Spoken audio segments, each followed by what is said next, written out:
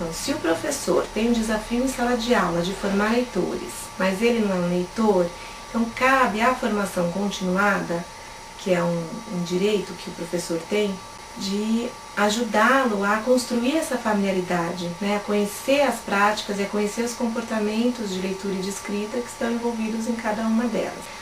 Um fato também é que sempre é tempo de redimensionar a relação que você tem com qualquer objeto de conhecimento, o que é muito generoso, né? Em relação ao tempo e à relação que se pode construir com o conhecimento. E esse é um princípio da formação. Ou seja, ele tem um desafio dentro de sala de formar leitores e escritores, mas ele não é. Então vamos ajudá-lo a enfrentar esse desafio. A gente brinca na formação que é trocar o pneu com o carro andando, porque ele não vai sair da sala para ser um leitor e escritor e depois retornar à sala. Acontece de forma simultânea. Como que faz isso? Como que a gente consegue redimensionar a nossa relação com um objeto de conhecimento, né, com uma prática como essa que nós tratamos aqui, que é da leitura e da escrita?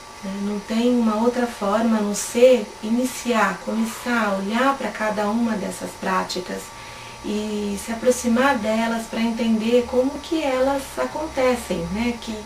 Como que é essa prática de leitura de textos literários.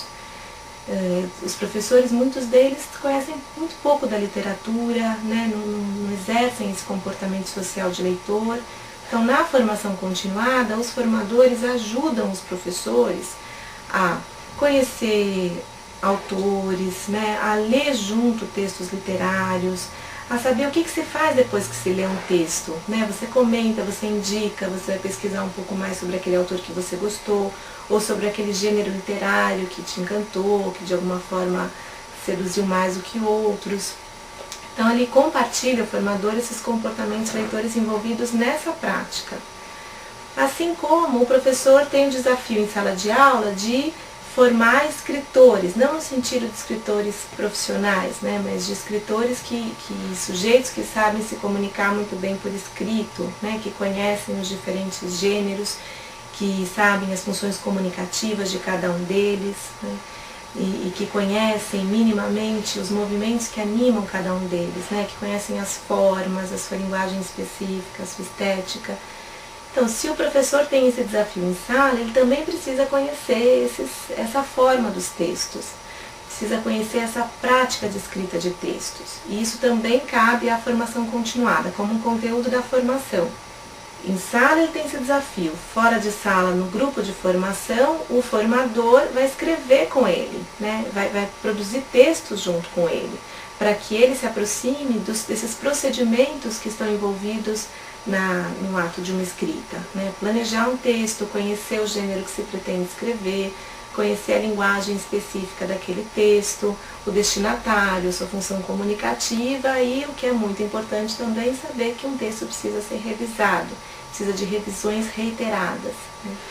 Então, ele dá uma aula para o professor sobre isso, né? Um formador, num encontro de formação, falar para o professor, olha, para ensinar seus alunos você precisa fazer, planejar, precisa conhecer o gênero, precisa fazer a primeira versão, precisa revisar a segunda versão e pronto, agora vai lá na sala e faça isso, né?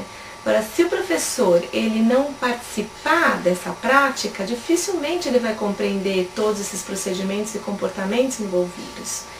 Então, o que a gente observa hoje em formação é que envolver os professores nas práticas, né, colocá-los para participar, é fundamental não só para ele compreender tudo isso, né, num ponto de vista não apenas conceitual, né, mas procedimental também, né, mas compreender a necessidade desses procedimentos para de fato você conseguir escrever um bom texto.